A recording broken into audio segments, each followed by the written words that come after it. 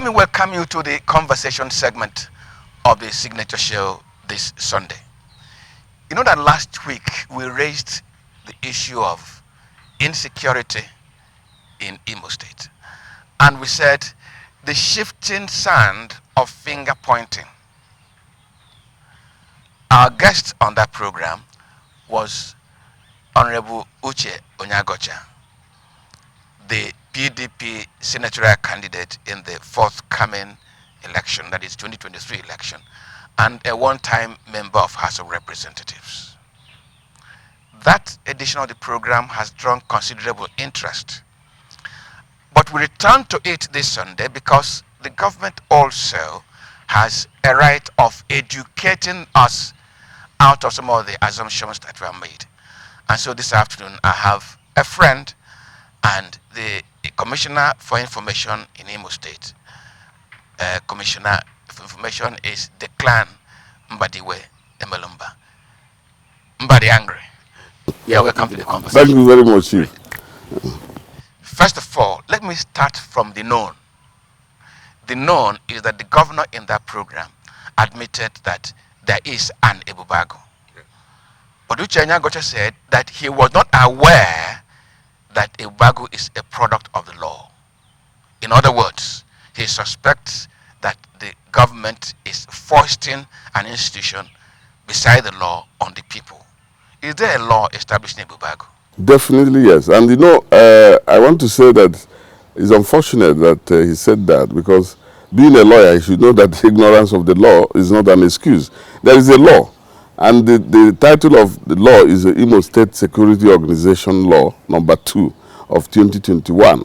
And if you go through the law, you find that it is what really gives the legality to Bago, because the Bago is clearly mentioned there. In fact, was even defined that Ago is the face of a tiger, and that is, you know, so there's a law. And you know, a law which I think you should know really passes through a process. First of all, we have 27 members representing every local government, including his local government.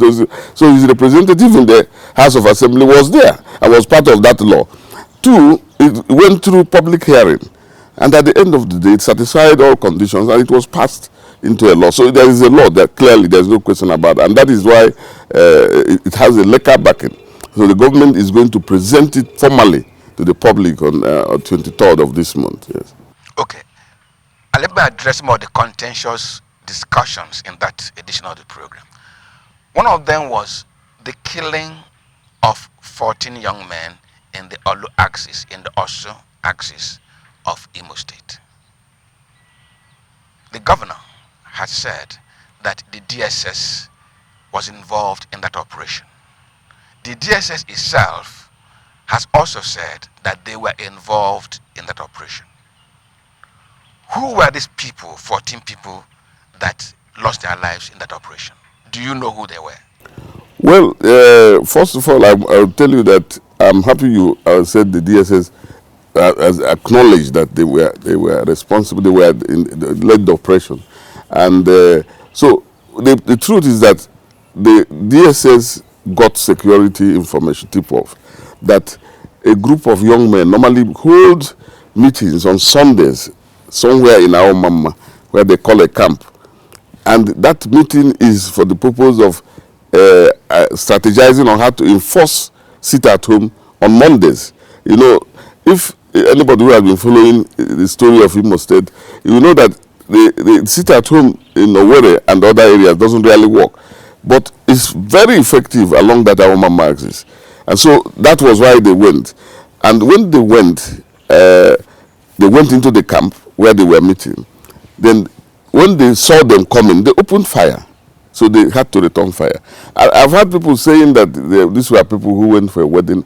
I'm not, let me not say they did not go for a wedding or they went for a wedding. But even the young man who claimed that he was the person who got married, if you watch his video, you will see that he also admitted that they left the wedding and went for a meeting. So that even if they went for a wedding, it doesn't mean that they couldn't have left the, which he said they did. But the big question is, why was it that all the people were seen at a particular place, you know, at a particular time? And and secondly, if they went for a wedding, or as people have claimed that they were in a wedding. Is it only young men that go to a traditional wedding, and then you don't see old men, you don't see young girls and so on, and we have all seen the groom. As we talk, nobody has seen the bride, and you know we saw people showing video of people who were killed. They were carrying them on wheelbarrow, which means they had Android phones to do video. So if truly they were coming from a wedding, why have they not shown us a video of at least the wedding before whatever? Let me interrogate that matter. Yeah. There are reports that the home of the father-in-law of the boy who did that traditional wedding was touched, was burnt down. Could the DSS do an operation in a camp and still burn down the home of the prospective father-in-law? I mean, the answer is no. I mean, that's all propaganda, because you know this thing is orchestrated. When we say it's orchestrated by opposition, people don't understand it. Immediately this thing happened, the opposition jumped into the fray and started accusing government. You know, even when the DSS explained that, look at what happened, these people are planning this. Now, let me say that, you know, shedding of blood in any form is not, you know, government does not celebrate that. Nobody is going to celebrate that. It's unfortunate, but the truth of the matter is that this happened in the course of trying to enforce law and order. And if you are a security operative and you are coming to challenge people who are taking the laws into their hands, who are non-state actors, and they challenge you by firing at you, of course you are not going to keep quiet. So in the process, unfortunately, people died. And the man who took them to the place, his name is Network, who was interviewed by the director of SS. I had the person interviewed saying there is no evidence that it was a director of SS who interviewed. I don't know whether he works with SS. But he said, his name is Network, or his alias is Network. He said that he led them to show them the camp where they were holding that, because he was part of them. And when they got there, they fired. And he said also that he identified those who were killed, and they were their members. So if you put that against what the DSS has said, that they went to this camp to challenge these people, then you would know that definitely. And then I had my friend when he was saying that the guns used to shoot at these people was pump action. I don't know how he got. I don't know how he got that his information. That is why I would say that, you know, he is really a part of these people, because if he's not part of them, you know, because probably he knew how he. If he's not part of them, I don't know how he will be have such inside knowledge of everything. So how did he know it was pump action that was used? It wasn't at the scene. But he said it's pump action, and you look at the thing, it doesn't really make sense to me. Commissioner, I have a challenge here. Yes. 14 people were successfully neutralized in that operation. Do we have any of the DSS operatives who got injured in this encounter? You know, to be honest with you, in a crossfire, the casualty is never one-sided. So I can tell you that. You can imagine. Yes, but I'm not. And you know, for security people, they are not likely to disclose the details to you, because they want to remain invisible. You know, they want to be seen as, you know, being untouchable. Something you cannot really demystify them. So, but there's no way you can go to a battle where there's exchange of fire without having casualties on both sides. Let me also draw your attention. You and I have worked together on the editorial board of Champions, yes, and how the media ought to interrogate certain things so that the truth comes out. By the operational modus of the security agencies, they don't leave behind casualties of criminals. They take them away as evidence, and through them be able to trace. How come the 14 people who were killed got accessible to the community to move them in wheelbarrows? No, if you watched, I don't think it was 14 people that they were moving about in wheelbarrows. If you counted, what happened was, like I said, these people first shot at them, they exchanged fire. In the process, the SS went into that camp. By the time they went into the camp, and the people now started running for their, and then they were going around searching for them. By the time they came, when they were satisfied that maybe they had run away, the corpse, those who were dead, they are at the camp. By the time they came back, 5 of the corpses had disappeared. So showing that those people probably came back and carried their members. And it's a situation that was a volatile situation. It doesn't really give room to observe all these things you are saying, because everybody is trying to scamper for safety and all the rest of it, trying to be sure that is at least they have minimum casualty level. Yes. Okay. Thank you. We'll soon continue shortly. Yes.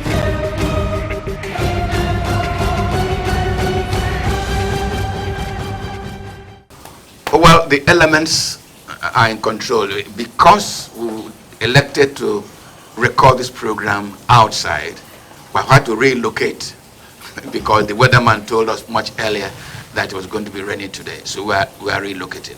Now, Honorable Commissioner, yes, before we relocated, we are looking at the operational modus of DSS. And the issue I was raising was, how come that after the encounter, they allowed the community to take away some of the bodies, and you explained to me? Yes, yes. I said, it was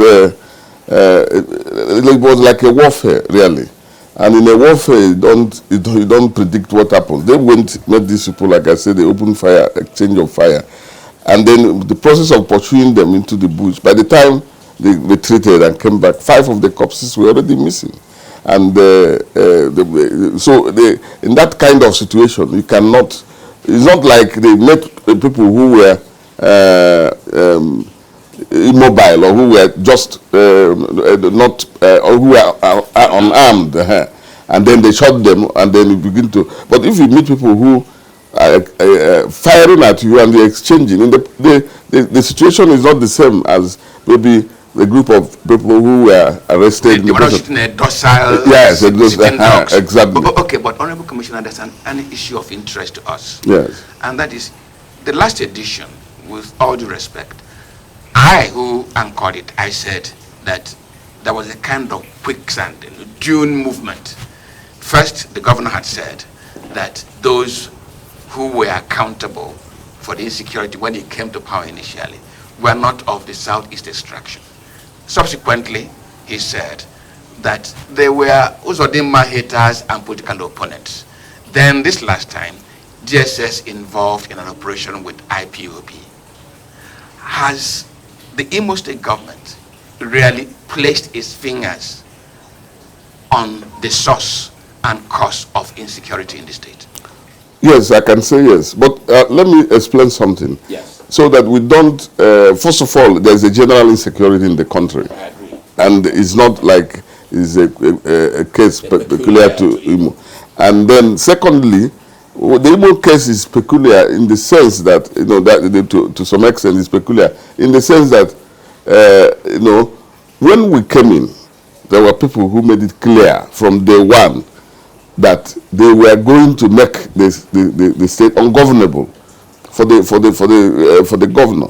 They didn't pretend, they didn't hide, and they started raising protests and doing all manner of things. So it's not like you are looking for them. So it's not like unknown gunmen. No. In the actual sense of it, let me tell you, sir, with due respect, the man who you interviewed, there was something he said about that Imo was relatively more peaceful before Uzodinma came, and suddenly since he came, Imo is no longer peaceful, which is a fallacy, complete fallacy. Because first of all, I want to let you know that in 2019, Shell Petroleum Development Company, they had a factory, they had a project, they moved out of the place because of insecurity. 2019, Senator Uzodinma was not the governor then. They let him find out who was the governor. Today they have come back. So what is the if a company that is as organized and as well established and has all its sensors everywhere could decide that for security reasons we are pulling out of Imo State 2019, and in 2022 they are coming back. That says a lot, and I will leave it at that. However, what I'm saying is that there are people behind the insecurity, and they're not pretending. And I want to tell you that the man interviewed here last week, Uche, is the first behind the insecurity in Imo State, because he himself has been training militants, and you know, he has a long history of relationship with militants, and he imposed these people. So when the governor was saying that, Honorable Commissioner, yes, you are saying something very sensitive. Yes, yes. Are you saying for fact, yes, that Honorable Onyagoche, yes, trains militants? Yes, is it known to the government? Is it known to the government? He was their lawyer. He has been their lawyer. But is it known to the government? Well, security information, intelligence information we have. Yes, if it's known to the authorities, yes, it's known to the authorities. Yes. They should have gone after those people and gone after him and reined him in. No, I mean, the thing is open to everybody. It's a well-known thing. It's all everywhere in the social media. He's not even pretending about it. He himself is not pretending about it. He's well known for that. Like I said, he has been their lawyer. That is one. Two is he has a history of even violence himself. You know, so he's part of them. So it's their first. So it's not. They will say why he was charged to court arrested by police, taken to court for very violent and uncivilized behavior in INEC during the last election. What surprises me is that this is a man who is running for election, and he has not been able to tell people that he wants to represent this. What he will do for them is every day is Uzodinma. Every day is Uzodinma, as if it is Uzodinma is going to represent in the Senate. Because that's his governor. Yeah, that's his governor. But meanwhile, you have something serious. You are claiming you want to go to Senate. The other people who are contesting for this are busy outlining their program. But from grapevine information, I hear that he's training militants that will come and overrun the place because he's a very violent person. So that's why he's not interested in campaigning. And so it's unfortunate that that is the situation. And when anybody is telling you that they don't know who these people are, you ask yourself other questions. Why is it that in Imo State, the insecurity situation now, remember, first of all, that there was a time when there was heightened insecurity in Imo State, when the correctional center was attacked and over 1,000 inmates released, when police stations were being burnt everywhere, including even an attempt to attack the police headquarters. And so when people were being beheaded and displayed in the marketplace, and when they had a center in also where they were keeping people they kidnapped and killed, and they were roasting their flesh to eat, there was no word from these people in terms of condemning that kind of criminality. There was no word, including when the governor's house was burned. Now, you condone all those things, you keep quiet. And then whenever the government now makes effort to go after these people who are behind this, you come out and start shouting. So you begin to ask yourself now, why is it that after this general insecurity has been arrested generally in the state, and today, because I don't want us to keep having this impression that Imo is not safe. It's not true. Imo is relatively safe. You can move out in Owerri, have your good time and everything. Today, ask those. I live there, and I can tell you. Now, why is it that after all that, now, the thing is that concentrated in Olu area, the governor's area, like he was even saying in his program? The reason is simple. They want to create the impression, because that's their script. That's his script. And that's why he jumps at every opportunity to give life to his script, because that the governor's people don't want him or he's having problems with his people. But beyond that, all those who have been targeted in the pockets of issues in Oluzo are APC people and government people. The governor's house was burnt. My own house was burnt. The house of the Attorney General was burnt. And the house of my local government chairman was burnt. And the woman leader from Olu area was killed. So most of the people being killed or burnt or the house is burnt are either APC or government people. So why is it so? Now, it might tell me that, okay, maybe they feel that the government is a problem, so they're attacking government and APC. But then the question you ask yourself is, why is it in only Olu that you have government people and APC people? Why is it not being extended Why is there, why such things not happening in Olu and Okigwe and Oniolo? So it's just like the wish cried in the night and the child died. Don't need anybody to tell you. The people are... Yes. Let us not. Yes. As people seeking to find answers to the situation, can we look at the possible answers? And let us draw from what Uche just said last Sunday. He said that the government has not gotten the buy-in of the people into its efforts to address this matter. There are two things we can pick out of that statement and even this conversation. There is a situation. It has a cause. There are those involved. Has the government tried to establish really the fundamental cause? Between you and I, even 20 years ago, Imo, whether it started now or earlier, Imo was better 20 years ago than today in terms of security. As a government that is in charge and worried about it, that values human life and values peace and development in the state, is the government worried about establishing the fundamental cause of this new situation? Is the government making an effort to get the people to buy into its own effort so that people can appropriate that effort and becomes a collective move to resolve the crisis? Well, and I'm happy you asked that question, and I want to tell you that the evidence is, is abundant, overwhelming, that if there is anybody, if there's any government that has really consulted with the people, even in terms of the security challenges in Imo State, I think that is Governor Hope Uzodimma.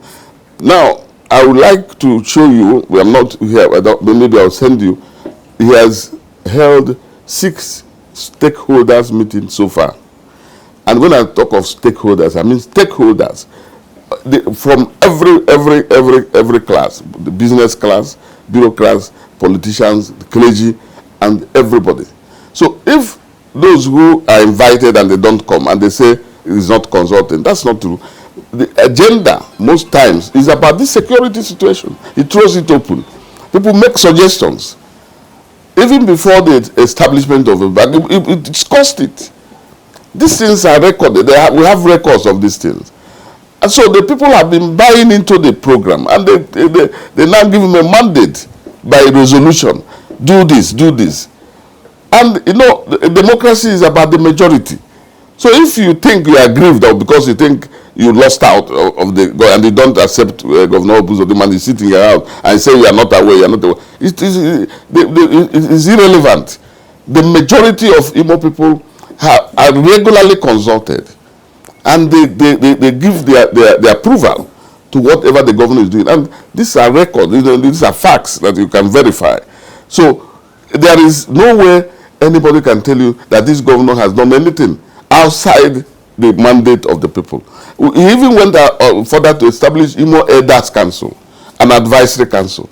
This is made up of traditional rulers, religious leaders, and elder statesmen. It's a standing body that regularly interface with him. I don't know the other level of consultation. But you see, it's a different thing for somebody to come from a very myopic point of view because of your hatred for Uzodimma. Everything he said, you are not aware. You don't need to be aware. It is not about you. It's about the people, and the people are aware. Those who matter. The last stakeholders meeting was chaired by Leostan Eke, and it's not an unknown quantity in Imo State. So if Leostan Eke is aware that there's consultation and he shared it and praised the governor, and somebody is saying he's not aware, that's the person's business, because that everybody who is who, the governor invites everybody. So if you come, fine. If you don't come, it doesn't stop the train from moving. Yes. Senator Hope Uzodimma is everybody's governor. Yes, of course. The governor of APC, the governor of PDP, of course, the governor of every citizen. Will you be wrong to say, let me even invite these angry characters and find out what is stewing them, because they are also part of my charge. Does the governor in these town halls, consultations, invite opposition? He does. And I can show you the evidence. There is none that he has not invited all former governors, all former members of the National Assembly, all former speakers and ministers, and so on and so forth. I mean, to just talk about the political class, you know, that's where, from where you will find the opposition. He does. He invites all of them. But they choose not to come. He can only force a horse to the river. He can't force it to drink. He can't. If they choose not to come, he's not going to use a whip to whip them to come to this. So he invites them, and they will have the evidence of these invitations. You know. So and they cannot say that they are not invited. They can pretend that they are not invited, but in their heart of hearts, they know that they are always invited. And the choice of not coming. And I want you to just look at, because there are so many ways to know the acceptability of government. The very vocal opposition, very intense opposition against the governor and his government comes from a section of the political class. The larger business community in Imo, and the bureaucrats, elder statesmen, clergy, all of them accept him and are working with him. And that section of the political class that has refused to accept him were those who lost out in the governorship election. And they have also refused to accept that Supreme Court judgment is final. There's nothing anybody can do about it. And to make matters worse, they're not pretending about it. They said clearly. So Uche Onyegocha is angry because they lost out the governorship. That's the reason. And it's unfortunate that he appears to be losing focus.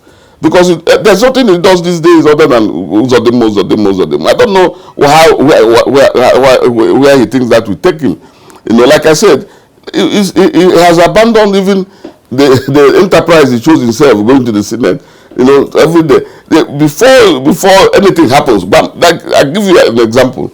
There was a time that a radio station was sanctioned in Imo by NBC. You are a broadcaster, you're a journalist. You know that NBC has ethics. And if you break it, they sanction you. Before they announced it, he said it was Uzodimo that closed the station. You know, these are very childish and funny things. One of the presenters, who NBC later explained, was one of the problems of that station, because he was a quack. He was not making professional. He was not conducting himself professionally. Claimed that SSS surrounded his house without verification. He jumped that Uzodimo has sent his security people to go and arrest the man. This sometimes you ask, what is the problem? But of course, the problem is obvious, because he has not been able to overcome the loss. His sense of loss. Yes, that's all. My director was giving me signal, but yes. It's a very important question I need for us to end this conversation with, and that is, what can you, talking for the government, tell the Imo person in respect of the safety of his life under the watch of the government? Well, what I can say is that I want people to be objective, very objective. Like I said, when this government came on board, a lot of opposition from a very minute segment of that vowed and actually carried out their threat to make the government ungovernable, then followed the general insecurity that engulfed the whole country, which also impacted on the state, and then these people cashed in on it, and then there was really very heightened insecurity at the point. Today, if you will not believe it, ask anybody living in Imo, the security situation has come down. It has been reasonably arrested. That shows that this governor is making effort. He is not sleeping. He wants to make sure that the last pocket of insecurity is flushed out in the state. The unfortunate thing is that when he responds to the criminality of non-state actors, by way of trying to make sure that they are brought to under control, the opposition will jump up and start accusing him.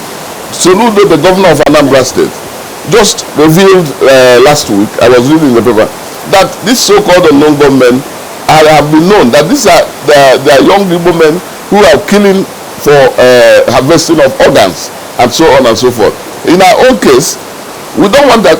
It is the same opposite that we say these are how Fulani has men that government is bringing them, making. So you find that they are just unnecessarily politicizing what should not be. Security is a very serious matter.